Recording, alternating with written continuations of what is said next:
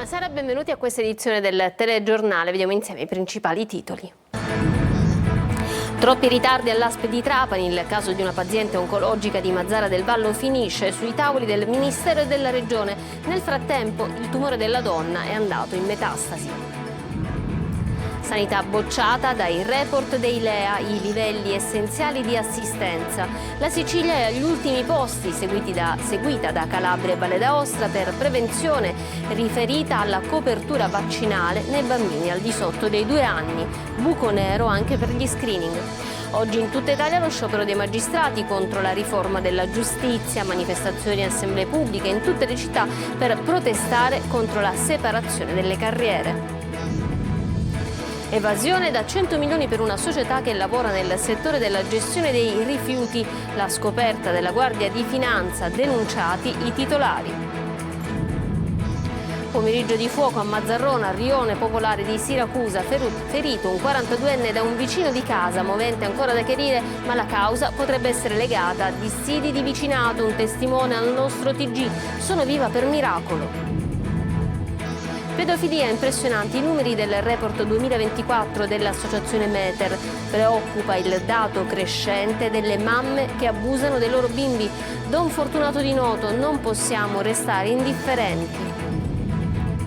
È giovedì grasso, il carnevale arriva anche in tavola, tante le tipicità golose nella nostra isola, dal sugo con la pasta ai 5 buchi alle chiacchiere, ecco tutte le specialità di Ragusa.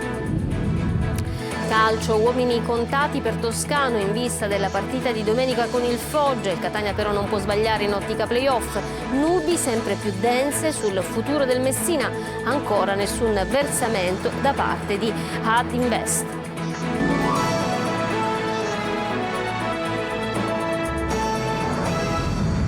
Bentrovati. Finisce sui tavoli del Ministero e della Regione il caso di una paziente oncologica di Mazara del Vallo che ha presentato una denuncia alla Procura di Marsala affermando di aver dovuto attendere 8 mesi per avere l'esito dell'esame istologico. Nel frattempo il tumore è andato in metastasi. Laura Spanò. Cancro in metastasi per il ritardo del referto istologico. Il caso riguarda l'ASP di Trapani. Una malata di tumore, Maria Cristina Gallo, 56 anni, insegnante di Mazara, ha denunciato un'attesa di 8 mesi per l'esito di un esame e il conseguente peggioramento della prognosi. Oramai il male è stato compiuto. La mia battaglia non è né rancore né rabbia, ma è solo per cambiare le cose affinché si possa garantire un'ottima sanità in futuro per i nostri figli, racconta Maria Cristina, che è alla sua 15ª seduta di chemioterapia presso l'Istituto Nazionale Tumori di Milano. Si sta curando da quando ha avuto l'esame istologico per un raro tumore al 4º stadio. La sua vicenda è iniziata a dicembre 2023 dopo un intervento per un fibroma all'utero. Un campione viene inviato per l'esame istologico. Nonostante l'urgenza dall'ospedale di Mazara, le viene ripetuto più volte di aspettare. Il 12 agosto 2024 arriva il referto, ma ha già una metastasi diffusa allo stomaco. Il caso è finito al centro di una interrogazione parlamentare. La signora ha presentato una denuncia alla Procura della Repubblica di Marsala. Il Ministero della Salute ha scritto all'ASP di Trapani per avere chiarimenti sui tempi di lavorazione dei campioni istologici. Entro il 31 marzo c'è l'impegno di chiudere tutti i referti istologici relativi al 2024 e refertare tutti i campioni pervenuti dai presidi ospedalieri entro gennaio 2025. È la risposta del manager Ferdinando Croce.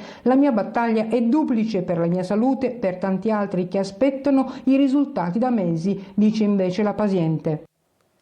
Intanto il Ministero della Salute boccia la sanità siciliana per i livelli essenziali di assistenza. Nell'ultimo report male prevenzione, vaccini per i bambini e screening. Giusy Lazzara. Non va bene, sempre più nell'occhio del ciclone, la sanità siciliana, che riceve la bocciatura anche del Ministero alla Salute. Questa volta non è il numero dei posti letto contestati alla Corte dei Conti, ma i livelli essenziali di assistenza, i LEA. La Sicilia è agli ultimi posti, seguita da Calabria e Valle d'Aosta per prevenzione riferita alla copertura vaccinale nei bambini al di sotto dei 2 anni per polio, difterite, tetano e per tosse. Buco nero anche per gli screening. La rete sanitaria territoriale rimane il punto debole della nostra organizzazione sanitaria regionale. La rete ospedaliera siciliana è ferma in attesa di una sua rimodulazione che tarda ad arrivare. Nel frattempo incombe la legge sulle autonomie differenziate che non può che peggiorare l'attuale quadro siciliano. Il 12 marzo l'assessore regionale alla salute Daniela Faraoni sarà all'Ars in Commissione Sanità. Intanto le opposizioni tuonano con il Movimento 5 Stelle che chiede una seduta d'aula. Unico dato positivo per la sanità regionale che va meglio per interventi e ricoveri. La Sicilia infatti è la migliore del sud d'Italia. Scioperano i magistrati di tutta Italia contro la riforma della giustizia. Anche a Catania la protesta delle toghe, tra le altre cose, contro la separazione delle carriere. Francesco Triolo. Uno sciopero a difesa della Costituzione, così i magistrati italiani si sono mobilitati oggi per lo sciopero proclamato dall'ANM contro la riforma costituzionale della giustizia, già approvata in prima lettura alla Camera dei Deputati, che prevede la separazione delle carriere, le modifiche al CSM e l'istituzione dell'Alta Corte Disciplinare. Uno sciopero nazionale che ha registrato adesioni anche in Sicilia. In tutte le corti d'appello i magistrati hanno organizzato incontri con i cittadini con lo scopo di spiegare le ragioni del no. Si cerca di cambiare l'assetto della magistratura, separando le carriere, istituendo un'alta corte disciplinare e anche istituendo il sorteggio per l'elezione del Consiglio Superiore della Magistratura, che in questo momento è l'organo che garantisce l'indipendenza della magistratura. Nessuno che interviene sulla lentezza dei processi, sull'inefficienza del processo, sul miglioramento del servizio giustizia per i cittadini. Il nodo principale è quello della separazione delle carriere, tema sottolineato anche a Messina, dove l'aula magna della Corte d'Appello è stata il teatro dell'incontro con cittadini, avvocati, esperti di diritto. No alla separazione delle carriere perché il pubblico ministero e il giudice devono appartenere allo stesso ordine costituzionalmente garantito e alla giurisdizione, perché il pubblico ministero è proprio il primo magistrato che incontra il cittadino. A Palermo ha scioperato il 70% dei magistrati del distretto di Corte d'Appello, che comprende anche le sedi di Agrigento, Trapani, Sciacca e Termini Imerese, confronto con i cittadini in Piazza della Memoria nei pressi del Palazzo di Giustizia. Il disegno di legge per la riforma costituzionale è ora in discussione al Senato. Per la modifica di una norma della Costituzione sono previsti 4 passaggi parlamentari, 2 alla Camera e 2 al Senato. La Guardia di Finanza di Catania ha scoperto una frode fiscale da 100 milioni di euro di un'azienda che si occupa dello smaltimento dei rifiuti che non venivano trattati prima del conferimento. Giusy Lazzara. I finanzieri di Catania, da una verifica fiscale su una società per azioni con sede legale a Catania del settore del trattamento e smaltimento di rifiuti non pericolosi, ha scoperto una maxi evasione da 100 milioni di euro. A conclusione dell'ispezione i militari hanno denunciato il titolare dell'azienda e i rappresentanti della società che, secondo gli inquirenti, hanno emesso fatture false con dichiarazioni fraudolente e operazioni inesistenti. L'attività ispettiva ha preso il via da un'indagine di polizia giudiziaria che aveva portato alle misure cautelari per 9 persone, tra cui il legale rappresentante della società e i suoi familiari e collaboratori, a vario titolo indagati per associazione a delinquere finalizzata al traffico illecito di rifiuti, frode nelle pubbliche forniture e corruzione per atti contrari ai doveri d'ufficio. Le Fiamme Gialle hanno accertato che dal 2018 al 2020 i rifiuti organici conferiti in discarica venivano riversati direttamente nelle vasche senza subire il necessario trattamento di biostabilizzazione, ottenendo così maggiori guadagni. Scoperta la sovraffatturazione per lavori di realizzazione di una nuova discarica. Nel corso delle indagini è anche emerso che dopo aver incassato fatture gonfiate della società, le imprese emittenti provvedevano a restituire parte del corrispettivo fatturato in contanti. Spunta un altro deputato tra le carte dell'operazione Mercurio che ha portato in carcere 19 persone, tra cui Giuseppe Castiglione. Sentiamo i dettagli da Manlio Viola. Da dipendente di Sostare, la società catanese che gestiva le strisce blu, poi confluita in AMTS, quella di trasporto pubblico, a emissario dei boss nel mondo della politica. E Domenico Colombo, il personaggio chiave dell'inchiesta Mercurio nella parte che riguarda il deputato regionale autonomista Giuseppe Castiglione. È lui l'anello di collegamento che Castiglione ammette di conoscere. Quello che i magistrati non credono è che il deputato non fosse a conoscenza dei rapporti di Colombo con le cosche. Si gioca tutta qui la partita e il discrimine è capire se il deputato deputato sapesse con chi aveva a che fare oppure no. E secondo gli inquirenti le intercettazioni ricostruiscono un quadro che lascia pensare che lo sapesse bene. Ma l'inchiesta Mercurio non si ferma a Castiglione. Un altro deputato regionale potrebbe essere presto coinvolto nell'indagine sui rapporti fra mafia e politica e si tratterebbe di un uomo del PD. Un ex segretario provinciale proprio del PD, secondo gli inquirenti, avrebbe incontrato il capomafia Mendolia e con lui c'era il sindaco di Ramacca, Nunzio Vitale, e un deputato regionale Dem. Il sindaco Vitale è uno dei 4 politici arrestati nell'operazione Mercurio, ma gli inquirenti non sono ancora riusciti a risalire al deputato PD che era presente a quell'incontro. Un uomo che siede fra gli scranni di Sala d'Ercole e al quale la DDA di Catania dà la caccia, se non altro per capire quanto fosse coinvolto e quanto a conoscenza del ruolo della persona che incontrava fosse. Intanto continuano gli interrogatori di garanzia degli arrestati. Il GIP dovrà concluderli entro domani per legge e proprio domani dagli interrogatori potrebbero uscire ulteriori dettagli per il prosieguo dell'inchiesta, almeno così sperano dalla DDA. Siracusa, spari nel quartiere Mazzarrona, ferito un uomo di 42 anni da un vicino di casa. La raffica di proiettili tra i palazzi nel primo pomeriggio, una testimone al nostro TG Sono Viva per miracolo. È andato per noi Francesco Loi. La chiazza di sangue, i bossoli ancora sull'asfalto. A Mazzarona, rione nord-est di Siracusa, è stato un pomeriggio di fuoco. Erano le 16 quando un uomo ha sparato al vicino di casa, un 42enne, ferito ma pare non in pericolo di vita.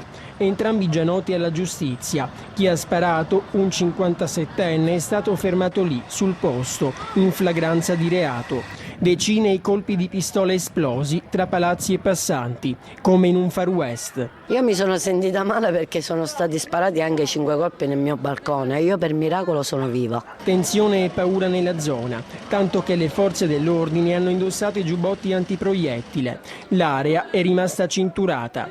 Non è ancora chiaro il movente del ferimento, ma potrebbe trattarsi di dissidi di vicinato. I carabinieri comunque stanno sentendo chi era presente al momento dell'agguato.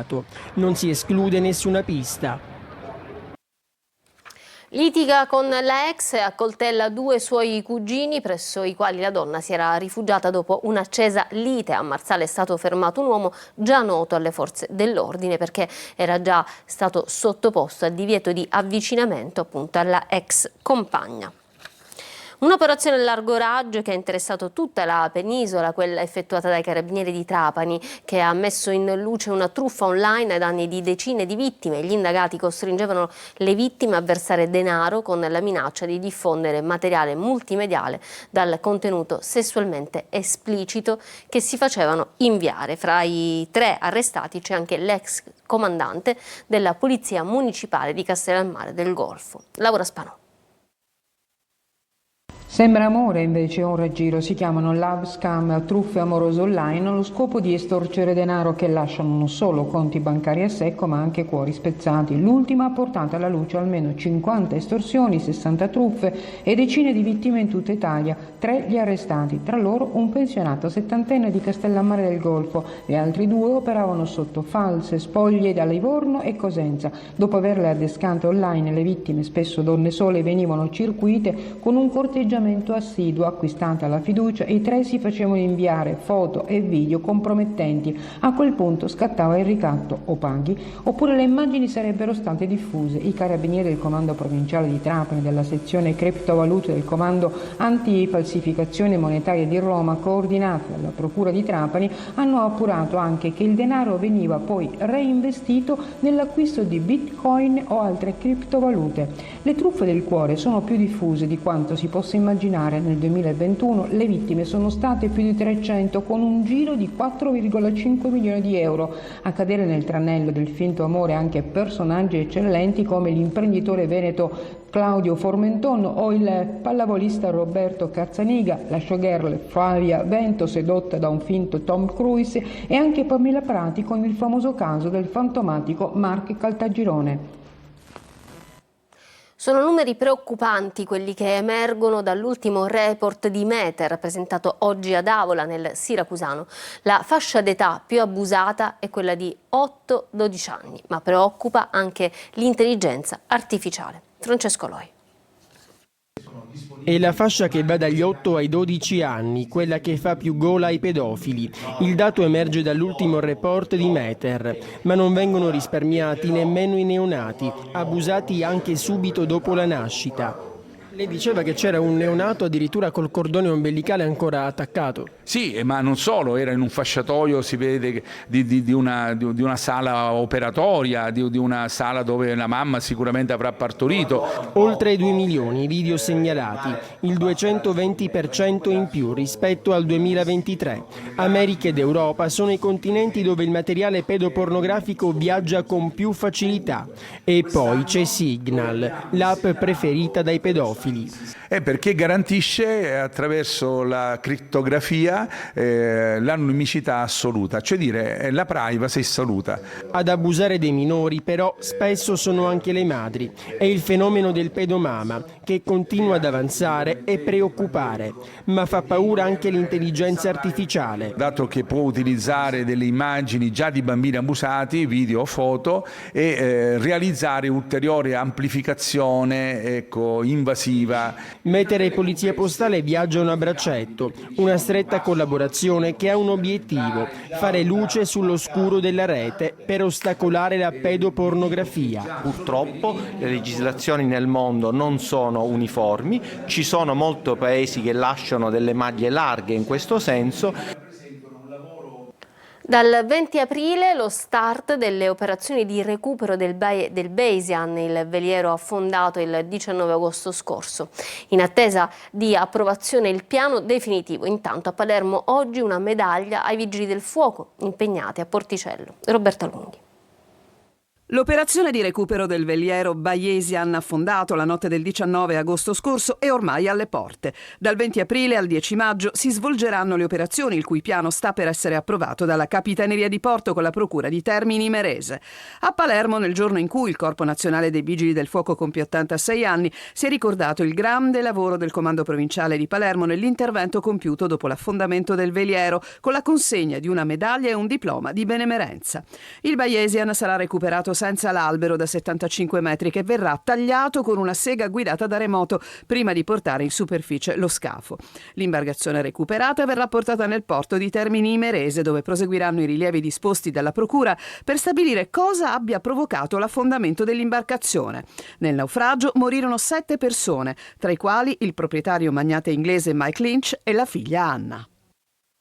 Nuova segretaria generale della CISL, Daniela Fumarola, a Catania incontra la politica e le istituzioni e illustra le proposte del sindacato per il rilancio della Sicilia e del Paese. Luca Ciliberti.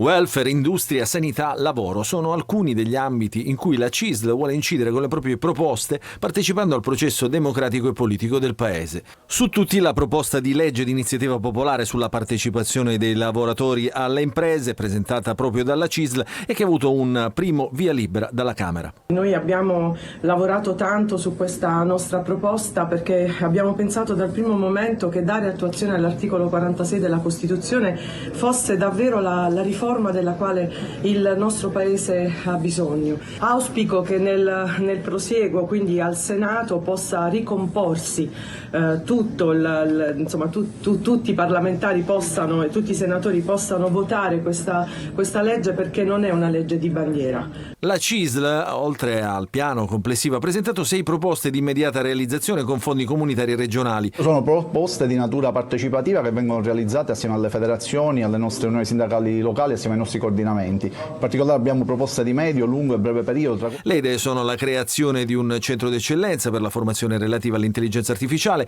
un accordo di programma quadro sulla legalità, l'attuazione della continuità territoriale in relazione alle condizioni di insularità riconosciute dal Parlamento europeo, la riforma del welfare con doti e distretti sanitari di effettiva personalità giuridica e poi l'avvio di un percorso legislativo finalizzato alla piena attuazione dello Statuto siciliano e ancora il versamento dell'imposta sui redditi delle società per le imprese che operano in Sicilia ma hanno sede legale altrove. Il carnevale adesso che arriva anche in tavola, tante le tipicità golose nella nostra isola. Ecco cosa ci propone la provincia di Ragusa. Veronica Barbarino. Giovedì grasso, al via il carnevale, anche in tavola, ed ecco stufare in pentola, nella zona iblea della Sicilia, sugo, cotenna, lardo e salsiccia da accompagnare ai ravioli con la ricotta vaccina, a Ragusa rigorosamente dolce. Il nostro piatto tipico di carnevale è un retaggio della cultura contadina che a pochi giorni dall'inizio della Quaresima era solita uccidere il maiale, che solitamente veniva allevato in cortile di casa, e poi si cucinava in tutte le sue parti. Oltre ai ravioli noi utilizziamo sempre per carnevale anche i maccheroni, naturalmente con abbondante sugo e maiale. E anche a carnevale sulle tavole ragusane non può mancare la tipica scaccia, per l'occasione ripiena di ricotta e salsiccia, e il dolce rigorosamente fritto. Non possono mancare a carnevale le chiacchiere, possono fare ricoperte di cioccolato semplici e ricoperte di cioccolato bianco. Sono fatte con una farina 00, olio di girasole, rum, vino e lievito. In accoppiata a carnevale si possono anche mangiare le cassatine di ricotta con cannella, con limone o cioccolato. E poi non possono mancare la pasta a 5 buchi, la pignolata palermitana, l'agnellone. Nella nostra bella isola ogni occasione è buona per deliziare il palato. Ci fermiamo adesso per una pausa, tra poco lo sport.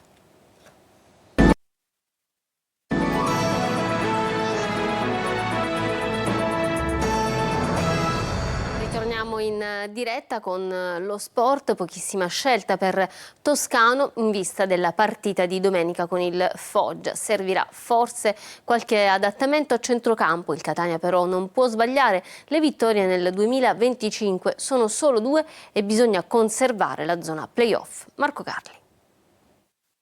Una decina di indisponibili fra squalificati e infortunati e 3 giocatori che si stanno reinserendo in gruppo di Gennaro, Lunetta e Allegretto. Questa è la situazione in casa Catania in vista della sfida interna con il Foggia di domenica. Praticamente mezza squadra fuori in un perdurante malumore caratterizzato dai risultati insoddisfacenti, appunto dalla lunga serie di infortuni, dal gioco che latita e dagli arbitraggi. Toscano, finito anche lui da qualche tempo sul banco degli imputati, si ritrova comunque un'altra settimana in cui dover raschiare il fondo del barile, mentre sperava di arrivare prima o poi ad una normalità che non sembra appartenere al Catania quando mancano ormai solamente 2 mesi alla fine della stagione regolare. E allora ecco che davanti a Dini, uno dei migliori di questa fase insieme ad Inglese e Guglielmotti prima dei rispettivi infortuni, c'è una difesa che con lo squalificato Ierardi dovrebbe rivedere Quaini del primo e Gega con alternativa Allegretto insieme a Del Fabbro. A centrocampo out di Tacchio, doppia frattura alle costole, Guglielmotti distrazione miotendinea, Frisena prenderà il posto del primo come è successo ad Altamura. Per il secondo c'è Raimo, ma bisognerà vedere chi andrà a sinistra.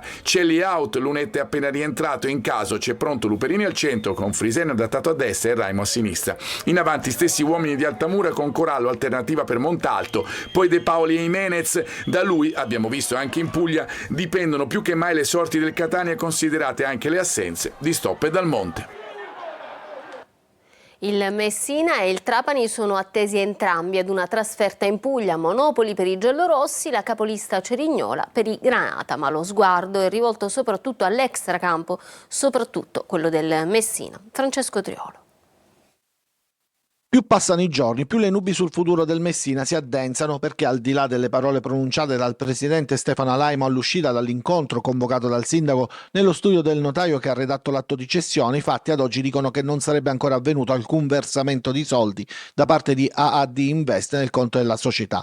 In città prevale il pessimismo nell'ambiente sportivo in attesa proprio di fatti concreti e alla luce anche degli sviluppi che si stanno prefigurando in campionato, con una penalizzazione certa tra i 2 e i 4 punti e la possibile esclusione di Taranto e Turris, a proposito delle quali c'è da registrare come i pugliesi si sono visti rinviare dalla Lega la partita di sabato contro il Crotone, un segnale non rassicurante visto che la procura della FIGC sta notificando gli avvisi di conclusione indagini ai club che non hanno rispettato la scadenza del 17 febbraio per i pagamenti di stipendi, ritenuti e contributi, come il Messina. In tutto questo la squadra giallorossa è attesa alla difficile trasferta di Monopoli, dove il tecnico Banchieri non potrà contare sullo squalificato Krapikas, fermato per 3 giornate, e sugli infortunati Lia e Ingrosso. Guarda gli sviluppi extracampo anche il Trapani, visto che la classifica verrebbe ridisegnata. Intanto, dopo la vittoria di Messina, la formazione granata è attesa alla seconda trasferta consecutiva domenica in casa della capolista Cerignola, una partita dal grado di difficoltà più alto rispetto a quella del Francoscoglio, ma Vincenzo Torrente sta lavorando per la seconda settimana di fila con la squadra per allungare la striscia di risultati positivi saliti a 4 proprio a Messina. Bene, il TG finisce qui, io vi lascio alla programmazione di Antenna Sicilia. Da parte mia e dei tecnici della regia un buon proseguimento di serata. Arrivederci.